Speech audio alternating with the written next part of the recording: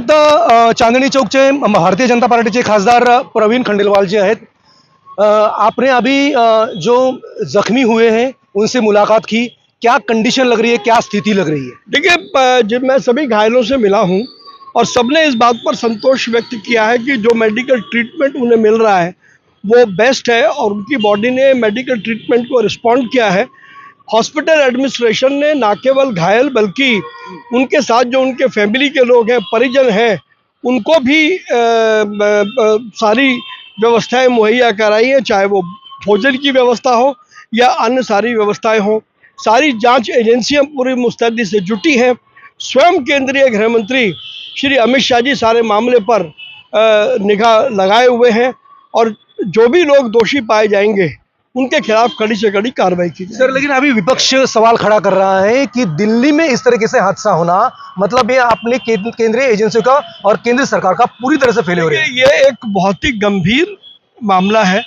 मैं इस पर कोई ना तो मैं राजनीति करूंगा ना मैं राजनीतिक बयान दूंगा।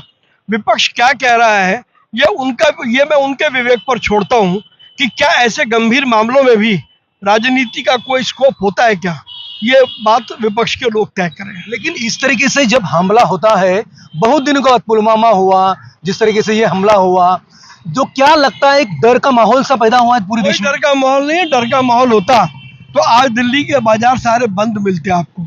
दिल्ली में सारे बाजार खुले हैं, व्यापारियों का मनोबल ऊंचा है और कल की तरीके से सामान्य रूप से दिल्ली में काम हो रहा है, तो डर के माहौल का कोई विषय ही नहीं है। केंद्र सरकार की तरफ से मीटिंग ले जा रहे हैं, लेकिन जिस तरीके से पहले इसके ऊपर सिक्योरिटी लेनी चाहिए थी वो नहीं ली गई है। अभी मीटिंग से कुछ होने वाला नहीं है ऐसा। देखिए, पहली बात तो आपको कैसे पता कि वहाँ पर सिक्योरिटी नहीं थी? आप तो हादसे के बाद ही आए हो, हादसे से पहले तो आप आए नहीं। सिक्योरिटी के सारे बंदोबस्त अपनी जगह पर थे।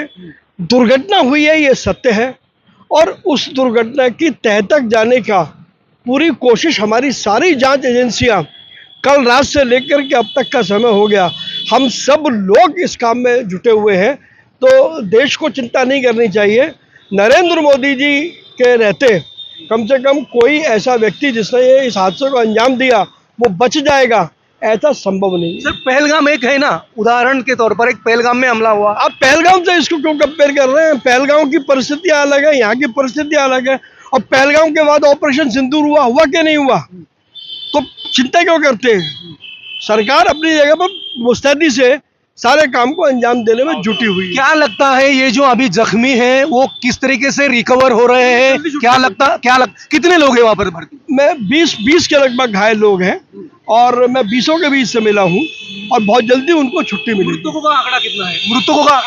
मृत्यु का आंकड़ा शायद 5 या 6 के लगभग में है, लेकिन जहाँ तक घायलों की संख्या है, मैं जितने भी घायल लोग हैं मैं सबसे मिला हूँ और सब बहुत जल्दी स्वस्थ हो गए। लास्ट सवाल है, मृतकों का आंकड़ा छिपाया जा रहा है ऐसा भी कह रहे हैं। नहीं, देखिए, कोई कुछ भी कहता रहे, कोई चीज़ छिपाई नहीं जा सकती। सब चीज़ ओपन है।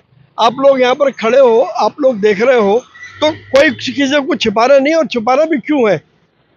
नरेंद्र मोदी की सरकार पारदर्शी सरकार है, ट्रांसपेरेंसी में बिलीव करती है। आखिरी सवाल सर, देश भर में इस तरीके से अभी बिहार में जो इलेक्शन चल रहा है और इस तरीके से यहाँ पर ये हादसा होना, क्या लगता है इस तरीके से अगर हादसे होते रहेंगे तो एक डर सा माहौल हो जाएगा और फिर एक बार ऐसा मोदी सरकार के ऊपर प्रश्न चिन्ह सवाल खड़ा? कोई प्रश्न नहीं लगने वाला, आप बेफिक्र रहें। जब इसका दंड देने का मौका आएगा तो पूरा देश प्रधानमंत्री मोदी के साथ खड़ा हो। एजेंसी कहाँ तक पहुंची है? क्या हाथ में लगाए कुछ? अब ये बहुत सारी बातें बताने की भी नहीं होती। तर हे होते प्रवीण खंडेलवाल जे चांदणी चौक मधून भारतीय जनता पार्टीचे खासदार आहेत। त्यांनी सांगितलेलं आहे की कुठल्याही प्रकारचं फेल्युअर नाही आहे, मात्र ज्या पद्धतीनं आता एजन्सी चौकशीकडे लागलेले आहेत त्या चौकशीतून निष्पन्न होईल आणि त्याचं उत्तर जे आहे ते आता आम्ही देणार आहोत। प्रमोद पाटील, लोकशिवाय, दिल्ली।